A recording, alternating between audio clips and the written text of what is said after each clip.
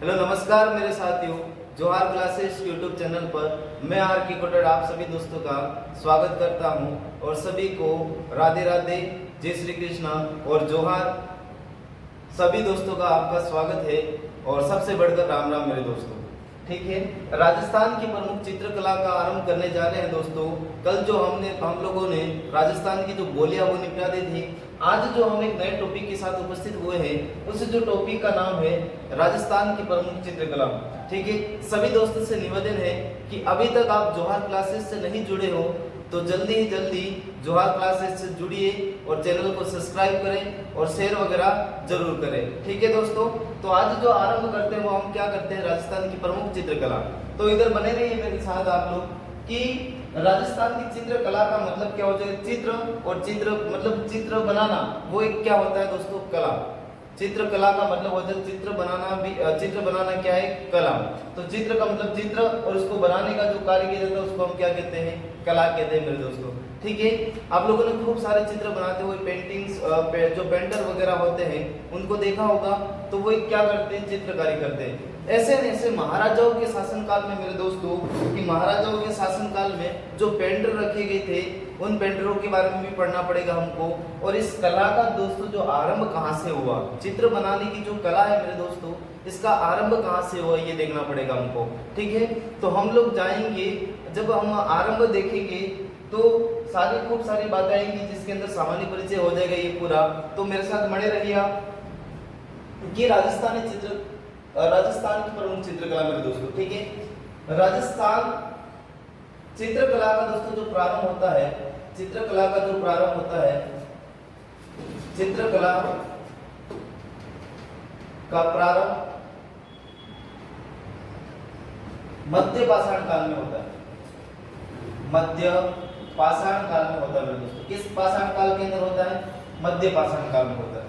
चित्रकला का जो प्रारंभ होता है मेरे दोस्तों, वो किस टाइम होता है, तो ध्यान रखना, मध्य पाषाण काल। पाषाण का मतलब होता है दोस्तों पत्थरों का काल वाला। ठीक है, मध्य पाषाण काल में क्या होता है, चित्रकला का प्रारंभ होता है। इसके बाद देखा जाए मेरे दोस्तों तो हमारे भारत के अंदर आते हैं और भारत में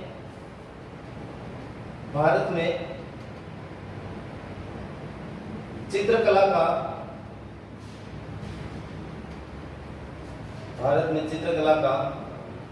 पितामह,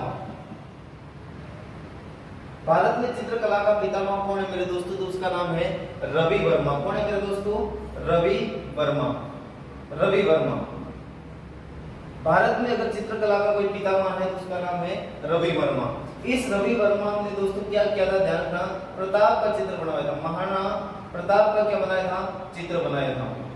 ठीक है, किसका चित्र बनाया था, महाराणा प्रताप का चित्र बनाया था। इसके बाद देखा जाए भारत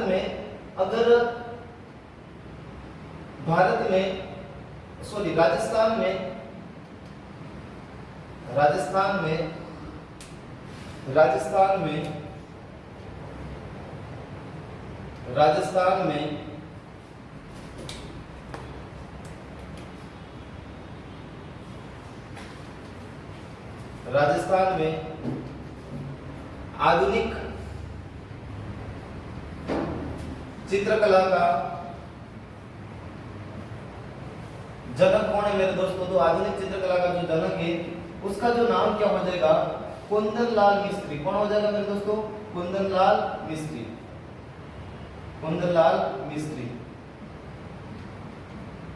इसको क्या कहा जाता है मेरे दोस्तों, तो इसको कहा जाता है राजस्थान में आधुनिक चित्रकला का जो जनक है वो कौन है मेरे दोस्तों, तो ध्यान रखना, वो हो जाएगा कुंदनलाल मिस्त्री। कौन हो जाएगा, कुंदनलाल मिस्त्री। ठीक है, इसके बाद देखा जाए तो भारत में चित्रकला का स्वर्ण काल किसके शासनकाल को कहा जाता है मेरे दोस्तों, तो उस राजा का नाम आ जाएगा, उस बादशाह का नाम आ जाएगा, वहां दिल्ली का जो शासक था उसका नाम था जहांगीर। क्या नाम था दोस्तों, जहांगीर। जहांगीर का शासनकाल माना जाता है। किसका शासनकाल माना जाता है, जहांगीर का शासनकाल क्या माना जाता है, कि भारत में चित्रकला का स्वर्ण काल माना जाता है दोस्तों। ठीक है, राजस्थान में आधुनिक चित्रकला का जो जनक है मेरे दोस्तों वो कौन है, तो कुंदनलाल मिस्त्री। भारत में चित्रकला का पितामह कौन है, तो रवि वर्मा। और रवि वर्मा दोस्तों कहाँ के थे, तो ध्यान रखना ये रवि वर्मा थे वो केरल के थे। कहाँ के थे मेरे दोस्तों, केरल के। इन्होंने किसका चित्र बनाया था, प्रताप का चित्र बनाया था। और चित्रकला का जो प्रारंभ होता है मध्य पाषाण काल में होता है भारत के अंदर, ऐसा कहा जाता है, इससे प्रमाण मिलते हैं। ठीक है, अब जो छोटी मोटी बातें हैं जैसे कि राजस्थान में चित्रकला का उद्गम कहाँ से होता है, तो राजस्थान में चित्रकला का जो उद्गम होता है दोस्तों, राजस्थान में चित्रकला का उद्गम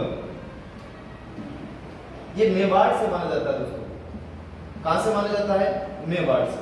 कहां से माना जाता है, हमारे राजस्थान में अगर चित्रकला का उद्गम पूछा जाए आपको तो कहां से माना जाता है, मेवाड़ से। ठीक है दोस्तों, मेवाड़ में माना जाता है।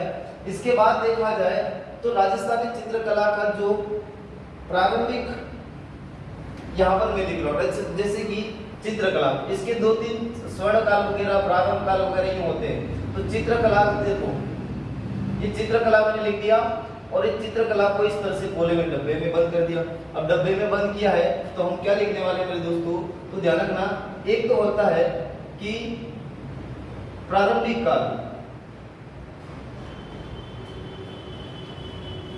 प्रारंभिक काल में क्या होता है मेरे दोस्तों, कि प्रारंभिक काल में क्या होता है, एक तो अजंता शैली का प्रभाव पड़ा था, अजंता शैली का प्रभाव राजस्थानी चित्र शैली पर। और अजंता शैली का प्रभाव जो पड़ा था मेरे दोस्तों 15वीं से लेकर 7वीं शताब्दी से लेकर 15वीं शताब्दी, कौन सी शताब्दी, 7वीं शताब्दी से लेकर 15वीं शताब्दी में।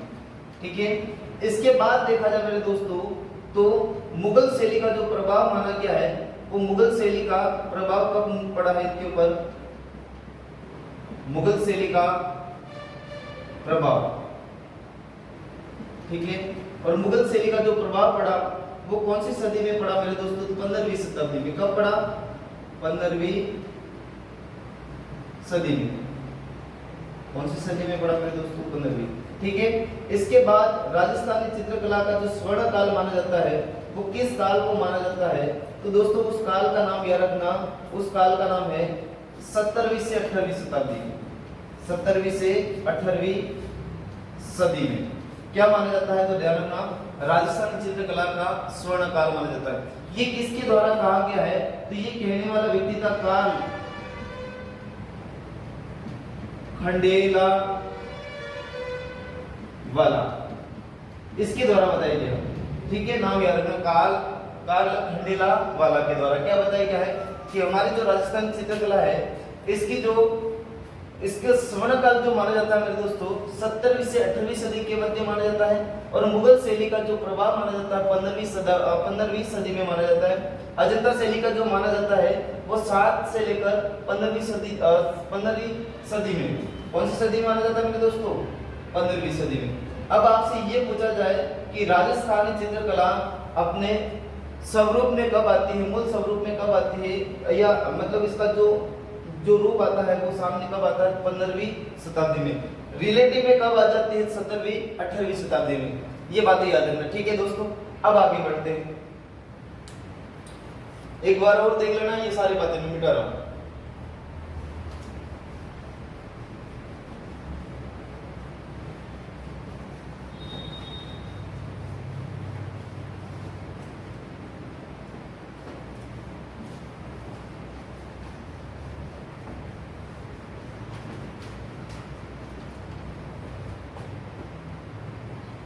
चलो, अब जो बात होती है वो क्या बात होती है कि राजस्थानी चित्रकला का जो वैज्ञानिक विभाजन करने वाला था दोस्तों, यह देख लेते हैं। सबसे प्राचीन प्रमाण या प्राचीन ग्रंथ,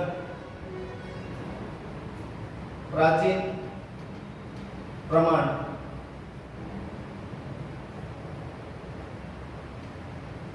प्राचीन ग्रंथ लिखे,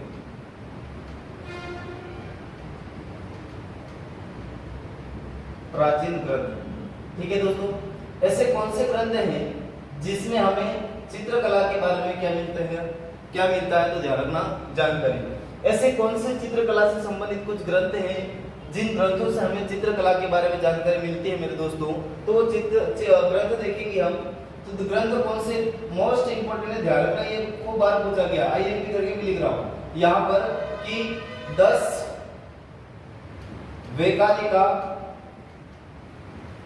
वेकालिका सूत्र चूर्णी। ठीक है दोस्तों, 10 वेकालिका सूत्र चूर्णी, ये ग्रंथ याद रखना है।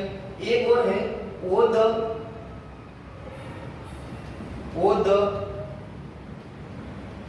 नियुक्ति व्रति। ठीक है मेरे दोस्तों, इन दोनों का जो चित्रकार था वो चित्रकार कौन है, तो आलेखकार पाटिल। कौन हो जाएगा मेरे दोस्तों, आलेख।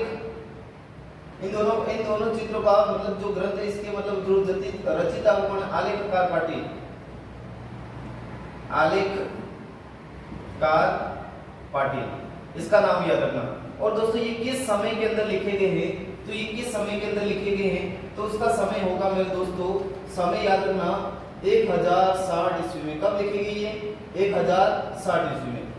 ये जो ग्रंथ याद रखना कि 10 वेकालिका सूत्र चूर्णी और ओद नियुक्ति व्रति, ये किसके द्वारा लिखे गए, आलेखकार पाटिल के द्वारा, और समय है 1060 ईस्वी। कहां पर है ये, तो जैसलमेर भंडार। कहां पर है मेरे दोस्तों, जैसलमेर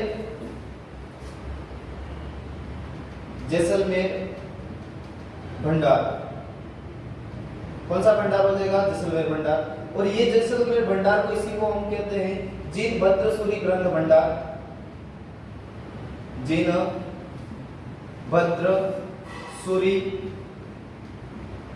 ग्रंथ भंडार।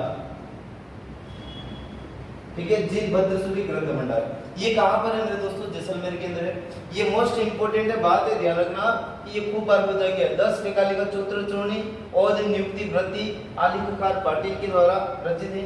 समय 1060 ईस्वी और जैसलमेर भंडार या जिनभद्रसूरी ग्रंथ भंडार के अंदर ये वहां पर है। ठीक है दोस्तों, इधर देखना। अब जो बात आती है कि राजस्थानी चित्रकला का वैज्ञानिक विभाजन,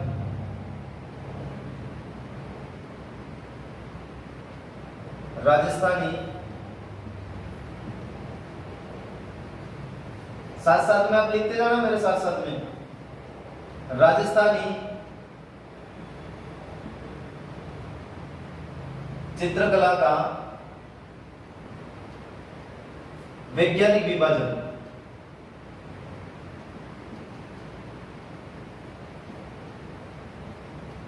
वैज्ञानिक विभाजन। ठीक है दोस्तों, कि राजस्थानी चित्रकला का जो वैज्ञानिक विभाजन करने वाला था वो कौन था, तो ध्यान रखना उस बंदे का नाम, क्योंकि इसके बारे में भी खूब बार पूछा गया कि राजस्थानी चित्रकला का वैज्ञानिक विभाजन करने वाला जो बंदा था उसका नाम था मेरे दोस्तों, उसका नाम था आनंद कुमार स्वामी। क्या नाम था, आनंद कुमार स्वामी।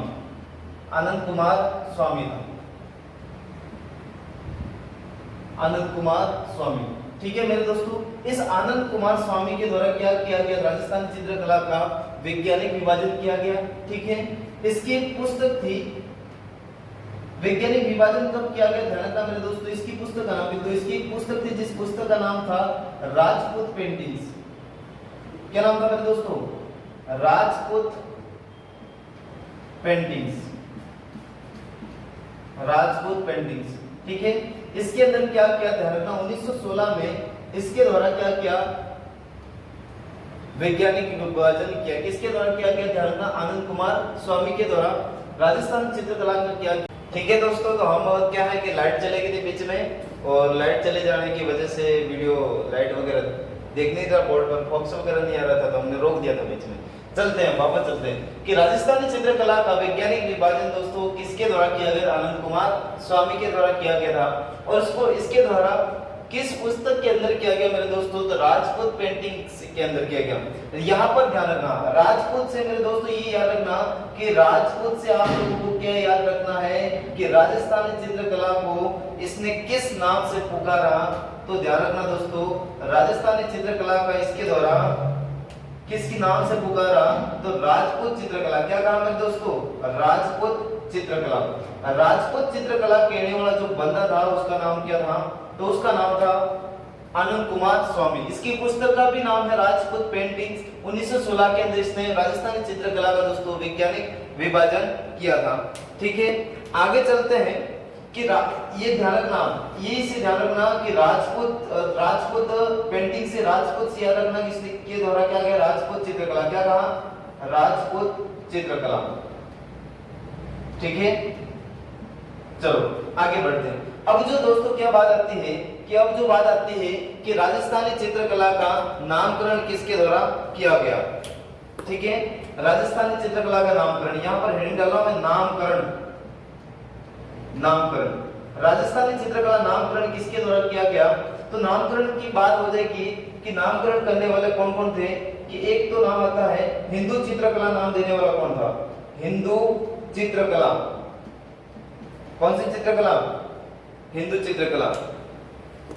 कौन सी मेरे दोस्तों की हिंदू चित्रकला, हिंदू चित्रकला।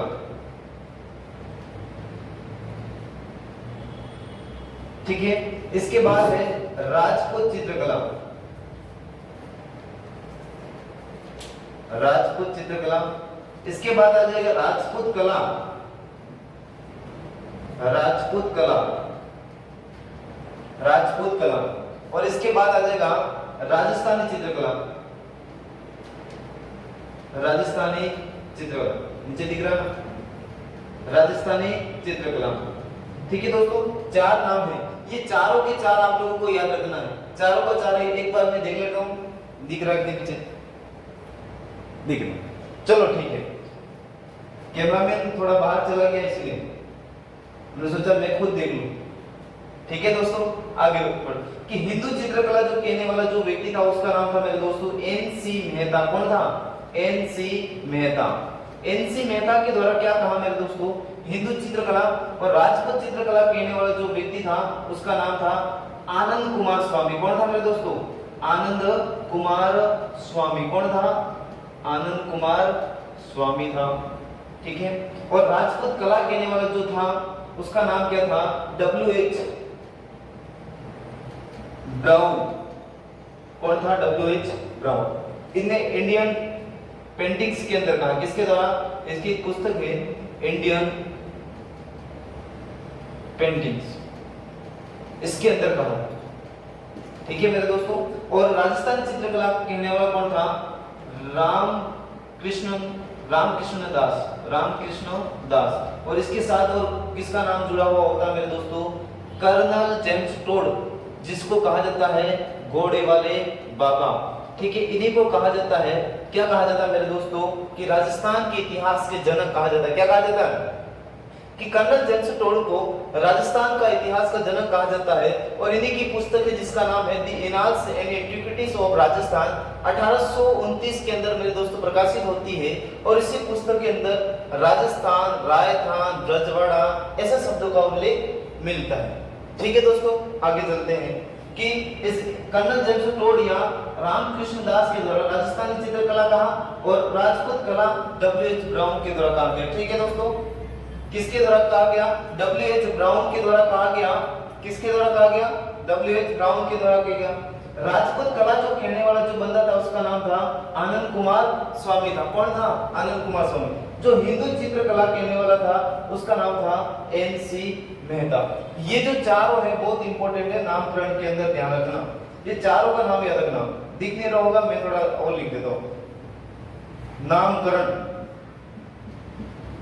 बहुत इंपॉर्टेंट है, ये नामकरण। इन चारों का नाम याद रखना, 1 2 3 और 4। खूब बार पूछेगा ये, खूब बार।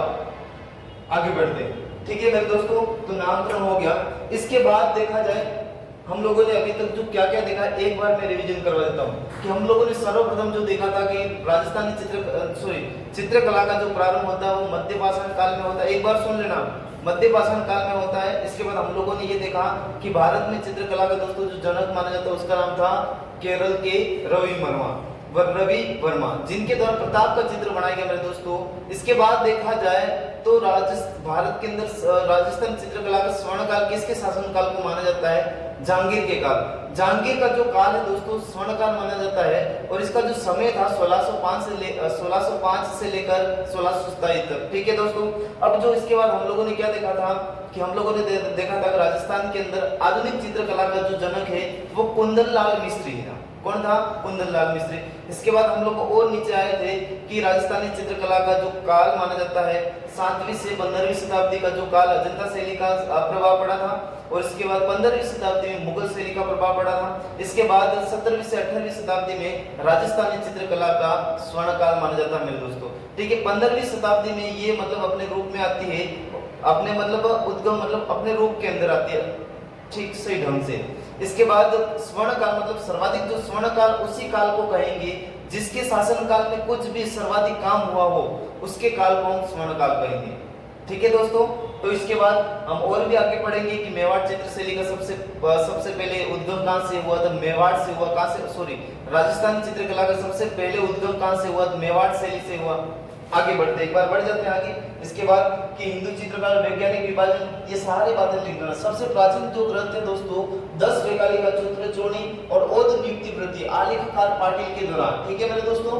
समय 1060 ईस्वी और जैसलमेर भंडारिया जी भद्रसूरी ग्रंथ भंडार के अंदर। एक बात और लिख दो, जैसलमेर जो दुर्ग है इसको स्थानीय लोग इसके मतलब जो कोट होता है मतलब जो परकोटा उसको क्या कहते हैं? कमर कोट कहा जाता है और स्थानीय लोग उसको क्या कहते हैं मेरे दोस्तों? पाड़ा कहते हैं। क्या कहते हैं? पाड़ा। पाड़ा देखा होगा ना आप लोगों ने, जो काला काला आता है वो वाला। ठीक है। आगे चलो। अब जो बात आती है प्रमाण, प्राचीन प्रमाण आ जाएंगे।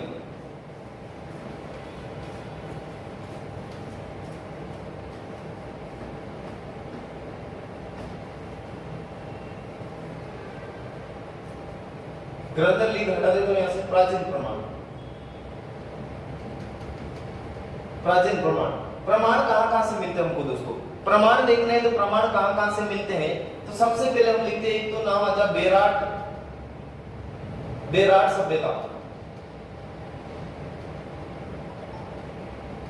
इसी को कहा जाता है विराट नगर। ठीक है। यहां से मिलते हैं बेराट सभ्यता या विराट, एक ही ये विराट नगर के अंदर ही है। यहाँ पर जो हमको खूब सारे चित्र मिले इसलिए इसको कहा जाता है प्राचीन युग की चित्रशाला। प्राचीन युग की चित्रशाला कहा जाता है इसको। किसको कहा जाता है प्राचीन युग की चित्रशाला? किसको कहा जाता है मेरे दोस्तों? तो ये विराट नगर या बेराट सभ्यता ये एक ही जगह। ठीक है। विराट नगर के अंदर ही कौन सी सभ्यता? बेराट सभ्यता। ठीक है। इसके बाद देखा जाए तो दर भरतपुर। कहां पर दोस्तों? दर भरतपुर। यहां पर जो चित्र मिले थे वो कैसे मिले थे? सेल चित्र मिले थे। सेल का मतलब मेरे दोस्तों होता है पत्थर पर चित्र जिनको हम क्या कहते हैं? सेल चित्र कहते हैं। ठीक है। दर के अंदर हो गया। इसके बाद हम लोगों को और कहां पर प्रमाण मिला है? तो आलनिया। कहां पर मिला मेरे दोस्तों? आलनिया। और आलनिया जो गांव है आलनिया गांव जो पड़ता है मेरे दोस्तों कोटा के अंदर पड़ता है। कहां पर पड़ता है? कोटा के अंदर। ठीक है। 5000 ईसा पूर्व के यहाँ पर हमें क्या मिले हैं? प्रमाण। 5000 ईसा पूर्व के क्या मिले मेरे दोस्तों? यहाँ पर क्या मिले?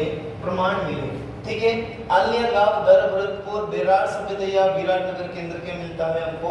प्रमाण मिलते हैं। और कौन सा मिलता है नंबर दोस्तों ध्यान रखना? अगस्त्य ऋषि की गुफा। अगस्त्य ऋषि की गुफा है वो कहां पर है मेरे दोस्तों?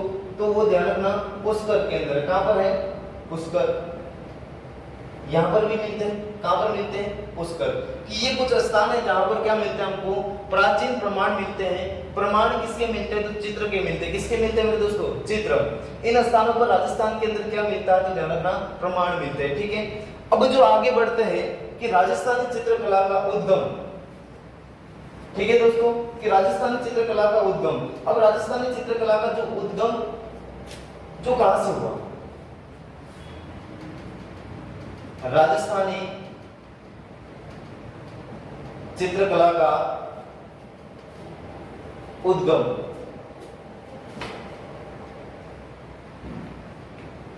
ठीक है, राजस्थान चित्रकला का उद्गम।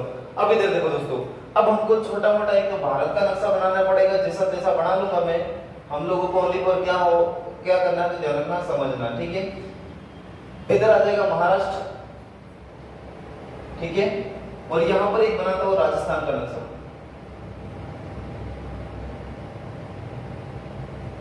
राजस्थान का नक्शा हम लोगों ने पढ़ा था कि अजंता शैली का प्रभाव, ठीक है दोस्तों, अजंता शैली का प्रभाव मैंने लिखवाया था 7वीं से 15वीं सदी के मध्य।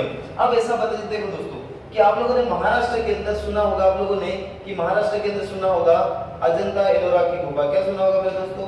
अजंता एलोरा की गुफा। किसकी गुफा? अजंता एलोरा की गुफा। अब अजंता एलोरा की गुफा यहाँ पर है क्या दोस्तों? मानव के द्वारा, मानव जब धरती पर आता है तो वो ऐसे जंगल में विचरण करता था, और समय के अनुसार जो मानव क्या करता है कि समय के अनुसार, मानव समय के अनुसार क्या करता है, तो ध्यान रखना, मानव जो समय के अनुसार क्या करता है कि गुफाओं के अंदर रहने लगता है दोस्तों।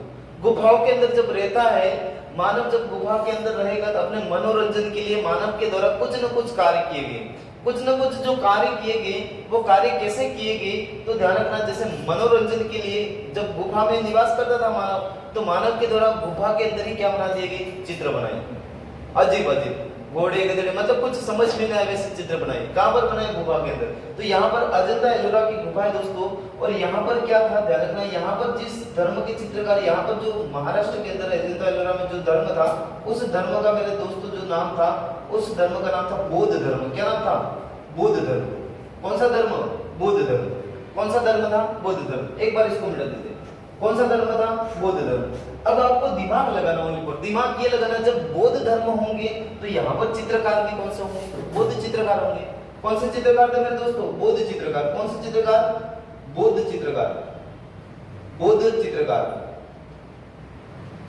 कौन से चित्रकार थे? बौद्ध चित्रकार, ठीक है। अब यहाँ पर सब कुछ सही ढंग से बढ़िया चल रहा था, अच्छा खासा इनका चित्र वगैरह बना रहे थे यहाँ पर, और ये बढ़िया अपना जीवन यापन कर रहे थे। लेकिन आप लोगों ने सुना होगा कि अरबों का पहले खूब आक्रमण हुआ। अरबों का आक्रमण। किसका आक्रमण मेरे दोस्तों? अरबों का आक्रमण। किसका आक्रमण हुआ? अरबों का आक्रमण।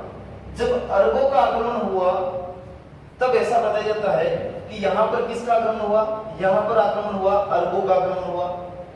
अरबों का आक्रमण हुआ तो यहाँ पर कुछ लोग हैं वो मारे जाते हैं, और यहाँ पर कुछ सारे जो चित्रकार थे वो महाराष्ट्र के ऊपर, यहाँ पर हमारा पड़ता गुजरात, क्या पड़ता है दोस्तों? गुजरात। इस गुजरात वाले क्षेत्र के अंदर चले गए। अब यहाँ पर तो रहेंगे नहीं, ये लोग क्या करते हैं, महाराष्ट्र से अपना पलायन कर देते। कहां पर पलायन कर देते? गुजरात के अंदर। अब गुजरात के अंदर जाएंगे तो ये बौद्ध चित्रकार है, और गुजरात में जिस धर्म का प्रभाव है दोस्तों, उस जो धर्म का नाम है जैन धर्म। कौन सा धर्म? जैन धर्म। और यहाँ पर जो भी चित्रकार होंगे दोस्तों, वो कौन से चित्रकार होंगे? तो ध्यान रखना, चित्रकार होंगे जैन चित्रकार। जैन धर्म के। किस धर्म के चित्रकार होंगे? जैन धर्म के। तो यहाँ पर तो इनका सेट हो नहीं सकता है, ठीक है। तो होता क्या है कि ये यहाँ पर चले जाते हैं गुजरात के अंदर, और गुजरात के अंदर क्या करते हैं, ध्यान रखना, एक बात और ध्यान रखना कि यहाँ पर बौद्ध धर्म है और यहाँ पर जैन धर्म। यहाँ पर जो शैली होगी मेरे दोस्तों, वो बौद्ध शैली होगी। कौन सी शैली होगी? बौद्ध शैली। या इसी बौद्ध शैली को हम और किस नाम से जानते हैं? प्लस करके भी लिखा अजंता शैली। कौन सी शैली? अजंता शैली।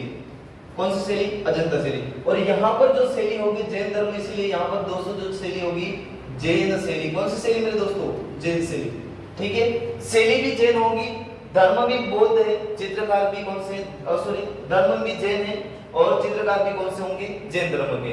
ये आपको थोड़ा बहुत दिमाग लगाने वाली बात है, थोड़ा दिमाग लगाना। तो यहाँ से जब आए ये चित्रकार, तो ये गुजरात के अंदर आए तो इनको यहाँ पर अलग धर्म मिला, तो समय के अनुसार अपना जीवन यापन करने के लिए ये जो चित्रकार है गुजरात के अंदर क्या करते हैं दोस्तों, वो जैन धर्म के चित्रकार जैन धर्म के चित्र बनाने लगते हैं। अब जीवन यापन करना, कुछ न कुछ करना पड़ेगा, तो इन्होंने यहाँ से ये जो बौद्ध धर्म के चित्रकार थे गुजरात आते हैं, और गुजरात के ऊपर दोस्तों हमारा एक पड़ता है राजस्थान पड़ता है। क्या पड़ता है?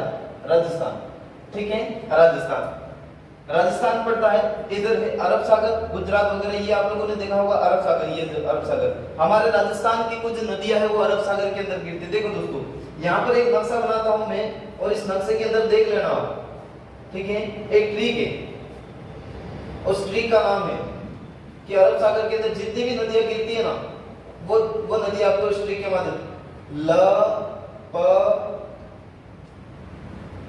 सम, लपसम। कौन सा दोस्तों? लपसम, लपसम, ये याद रखना, लपसम, लपसम मतलब इधर देखो, लपसम, याद रखना, लपसम, लपसम, लपसम। और लपसम से क्या है दोस्तों, एक नदी ये निकल रही है, एक नदी ये निकल रही है, एक नदी ये निकल रही है, और एक नदी ये निकल रही है, ठीक है दोस्तों, इस तरह की। लपसम का मतलब होता है, सबसे पहले हो जाएगी नंबर 1 पर दोस्तों लूणी नदी। कौन सी नदी? लूणी नदी। लूणी नदी, कौन सी नदी? लूणी नदी। लूणी नदी हो जाएगी। इसके बाद जो हो जाएगा ल हो जाएगा इसका, लूणी नदी का क्या हो जाएगा मेरे दोस्तों? ल हो जाएगा। प का मतलब हो जाएगा पश्चिमी बनास, पश्चिमी बनास, ठीक है, पश्चिमी बनास हो जाएगा। स का मतलब हो जाएगा साबरमती। कौन सी नदी दोस्तों? साबरमती। क्या हो जाएगा? साबरमती। और म का मतलब हो जाएगा मेरे दोस्तों, नंबर 4 पर म का मतलब जो हो जाएगा मेरे दोस्तों, वो हो जाएगी माही नदी। कौन सी नदी? माही नदी। कौन सी नदी हो जाएगी? माही नदी। तो ये ट्रिक ध्यान रखना, इस ट्रिक के माध्यम से जो अरब सागर के अंदर गिरती है नदी, कहां से गिरती है? अरब सागर वाली नदी, राजस्थान की जो अरब सागर में गिरती है, उन नदियों का नाम क्या मेरे दोस्तों? वो सारी जो इस ट्रिक के अंदर मैंने बता दी है, ठीक है। आगे बढ़ते हैं। एक ज्योग्राफी का जो पार्ट है वो भी क्लियर हो गया हमारा, अरब सागर। अब आज के बाद आप बोलोगे नहीं, लपसम याद रहेगा, कोई हार्ड ट्रिक तो नहीं है कि काका ने काकी को देखा, फलाना ढीमका वाला नहीं है, ध्यान रखना। यहाँ पर ओनली फॉर लपसम याद रखना, और लपसम आप लोग कुछ शब्द को यूज करते होंगे। चलो ध्यान रखो, इधर देखते हैं, हमारे इधर चलते हैं। अब जो दोस्तों क्या होता है, अब जो क्या होता है कि जैन धर्म के चित्रकार, अब गुजरात और राजस्थान में लोग आते जाते रहते हैं, तो पुराने जमाने में भी लोग आते होंगे राजस्थान और जाते होंगे, आना जाना रहता है कि नहीं रहता है? कैसा नहीं, हम गुजरात वाले गुजरात के अंदर ही रहेंगे, ऐसा असंभव है, ध्यान रखना, ठीक है। आगे चलते हैं, आगे चलते हैं। तो होता क्या दोस्तों कि ये जो गुजरात वाले जो चित्रकार थे वो राजस्थान की ओर आते हैं, और राजस्थान वाले जाते हैं गुजरात की ओर, इस तरह का रहा होगा इनका जोड़ा। तो आप लोगों को इधर आना है कि जब ये राजस्थान है, कि इस राजस्थान के अंदर आप लोगों ने खूब सारा सुना होगा कि दोस्तों, क्या सुना होगा कि ये है गुजरात, यहां पर आता है कि नहीं हमारा गुजरात, यहां पर है गुजरात। क्या दोस्तों? गुजरात, ठीक है। यहाँ पर गुजरात है, तो ये गुजरात के चित्रकार, जैसे राजस्थान की गुजरात, जैसे डूंगरपुर, बांसवाड़ा, ये सटे हुए। डूंगरपुर, क्योंकि डूंगरपुर छोटी रियासत थी, इतना प्रभाव नहीं था। बांसवाड़ा थोड़ी सॉरी मेवाड़ रियासत, मेवाड़ रियासत राजस्थान के दक्षिण रियासत, दक्षिण भाग में आती है। तो मेवाड़ रियासत के अंदर ये चित्रकार पहुंचते हैं। किस रियासत के अंदर जाते हैं? मेवाड़ रियासत। और यहाँ पर रहकर ये ध्यान रखना दोस्तों, यहाँ पर रहकर ये किस धर्म के चित्रकार बनाते हैं? तो जैन धर्म से संबंधित चित्र बनाते हैं। कौन से?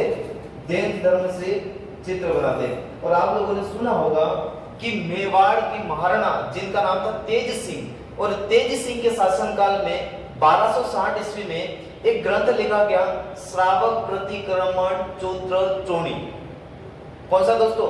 श्रावक प्रतिक्रमण चूत्र चोणी।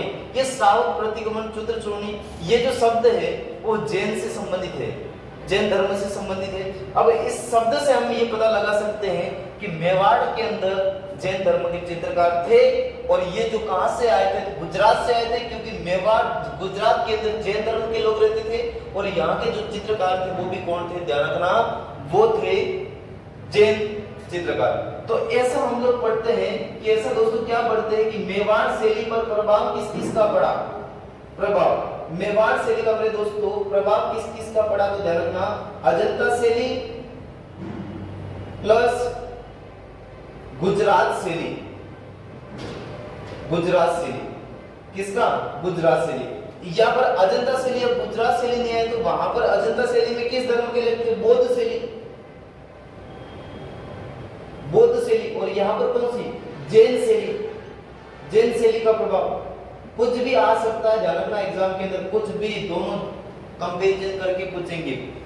ये हमारे जो मेवाड़ चित्र शैली दोस्तों वो दो शैलियों का मिश्रण है, एक तो अजंता शैली और गुजरात शैली का। या तो बौद्ध शैली भी दे सकते हैं, जैन शैली भी दे सकते हैं। इन शैलियों के माध्यम से क्या हुआ हमारा चित्र शैली का उद्गम, क्योंकि गुजरात के नीचे हमारे यहाँ पर इस तरह से आते हैं, यहाँ पर ये डूंगरपुर बांसवाड़ा उदयपुर आता है, इसीलिए कहा जाता है कि मेवाड़ शैली का उद्गम कहां से, राजस्थानी चित्र शैली का। यहाँ पर लिख रहा हूं मैं, राजस्थानी चित्रकला का उद्गम यहां से होता है मेरे दोस्तों। कहां से होता है, यहां से होता है, इसीलिए कहा जाता है राजस्थानी चित्रकला का उद्गम। ठीक है, याद रहेगा। अब ये इसलिए मैंने ये पूरी रामायण गाई है, ये पूरी रामायण गाई, इस रामायण को याद कर लेना ओनली फॉर ये इतनी बातें बताने के लिए रामायण गाई। और एक बात और क्या कि राजस्थानी चित्रकला का उद्गम कहां से हुआ है, मेवाड़ से हुआ है। ठीक है दोस्तों, आगे बढ़ते हैं। अब जो एक हेडिंग डाल रहा हूं कि राजस्थानी चित्रकला का वर्गीकरण, क्या आ जाएगा कि राजस्थानी चित्रकला का वर्गीकरण। उद्गम तो हो गया, और उद्गम के बाद क्या आ जाएगा मेरे दोस्तों, वर्गीकरण।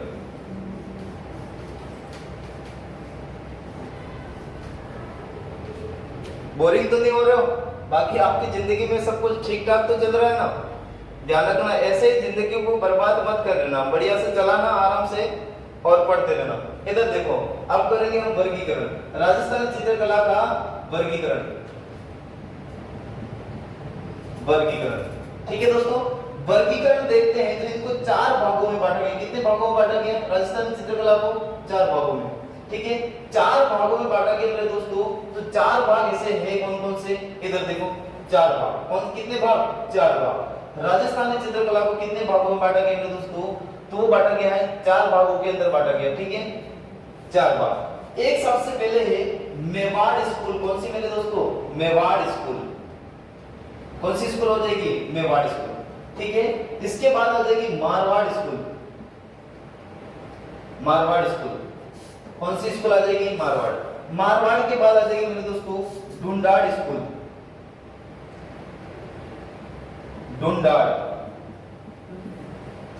ढूंढाड़ स्कूल। एक मिनट, इसको मिटा देता हूं, सही ढंग का बनाना पड़ता है, फिर आप सोचोगे सही बढ़िया नोट से नहीं बना रहे।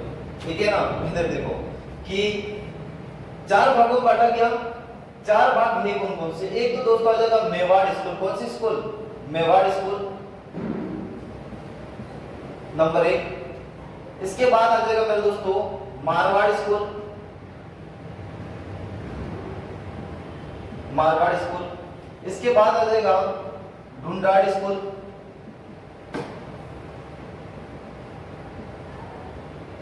ढूंढाड़ स्कूल। और इसके बाद एक और आ जाएगा Hadoti school. Hadoti school, number 4। ठीक है दोस्तों, इधर देखो, मेवाड़ स्कूल के अंदर सबसे पहले जो आएगी मेरे दोस्तों मेवाड़ शैली आएगी। कौन सी शैली आएगी? मेवाड़ शैली। ठीक है, इसके बाद आ जाएगी उदयपुर शैली। उदयपुर शैली लिखो या मेवाड़ शैली लिखो, दोनों एक ही। ठीक है, मेवाड़ शैली। इसके बाद नंबर 3 पर दोस्तों कौन सी आ जाएगी? नाथद्वारा शैली। कौन सी आ जाएगी? नाथद्वारा शैली। नाथद्वारा शैली। नाथद्वारा शैली के बाद आ जाएगी दोस्तों नंबर 4 पर कौन सी आ जाएगी? तो ध्यान रखना, देवगढ़। ठीक है, और देवगढ़ के जो भी ठाकुर होते थे दोस्तों, देवगढ़ के सामंत को 16वां उमराव कहा जाता था, ये बात ध्यान रखना। ठीक है, देवगढ़। देवगढ़ मेरे दोस्तों कहां पर है? राजसमंद। राजसमंद के अंदर है। ठीक है, राजसमंद के अंदर है। नाथद्वारा भी कहां पर है मेरे दोस्तों? राजसमंद के अंदर। कहां पर है? राजसमंद, याद रखना, राजसमंद के अंदर। इसके बाद आ जाएगा नंबर 5 पर आ जाएगा चावड़। और चावड़ मेरे दोस्तों वर्तमान में क्या है? सलूंबर के अंदर चला गया। कल ही महाराणा प्रताप 9 मई 1540 को महाराणा प्रताप जी का जन्म हुआ था। और कल ही क्या हुआ था, ध्यान रखना, यहीं पर इनके द्वारा चावड़ को क्या बनाया गया था? ये इनकी अंतिम राजधानी। ठीक है दोस्तों, यहीं पर इनका स्मारक वगैरह भी सब कुछ है। इसके बाद मारवाड़। मारवाड़ के अंदर नंबर 1 पर मारवाड़ आ जाएगी दोस्तों, मारवाड़ शैली। इसके बाद नंबर 3 पर बीकानेर शैली। बीकानेर शैली। इसके बाद नंबर 3 पर आ जाएगी मेरे दोस्तों किशनगढ़ शैली। किशनगढ़ शैली। इसके बाद आ जाएगी मेरे दोस्तों जैसलमेर शैली, जैसलमेर शैली। इसके बाद नंबर 5 पर आ जाएगी, जैसलमेर के बाद आ जाएगी नागौर शैली।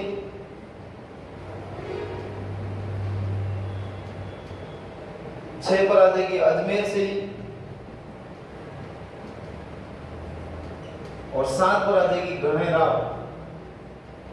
कौन सी राव? गणे राव शैली, गणे राव शैली। ये जो शैलियां है, ठीक है, किसकी उप शैलियां है? ये मारवाड़ की उप शैलियां, ठीक है। अब देखो ढूंढाड़, ढूंढाड़ के अंदर दोस्तों कौन सी आ जाएगी? एक तो आमेर आ जाएगी, आमेर शैली। कौन सी आ जाएगी? आमेर शैली। आमेर के बाद दोस्तों मेरे दोस्तों एक आ जाएगी जयपुर शैली। कौन सी शैली? जयपुर शैली, ठीक है। जयपुर के बाद आ जाएगी शेखावटी शैली, शेखावटी शैली। इसके बाद आ जाएगी मेरे दोस्तों अलवर शैली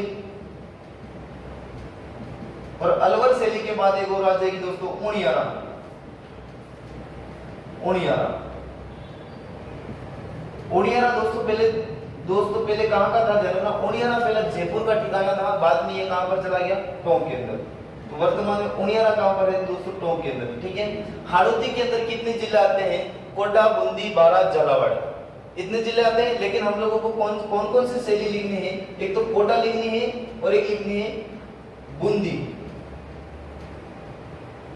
बूंदी, और एक लिखना है झालावाड़। झालावाड़ भी लिख दो अगर लिखनी है, झालावाड़, ठीक है। ये शैलियां, ये जो राजस्थानी चित्रकला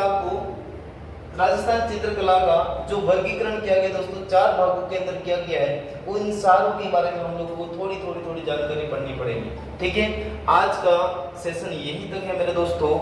कल हम इन शैलियों के अंदर मेवाड़ शैली, उदयपुर शैली, इनको निपटाने। मेवाड़ और उदयपुर एक ही शैली, या कोई अलग भी पढ़ाते हैं, कोई मतलब दोनों साथ में भी पढ़ा देते हैं। तो अपन जो पढ़ने वाले दोनों को साथ में पढ़ने वाले, ठीक है दोस्तों।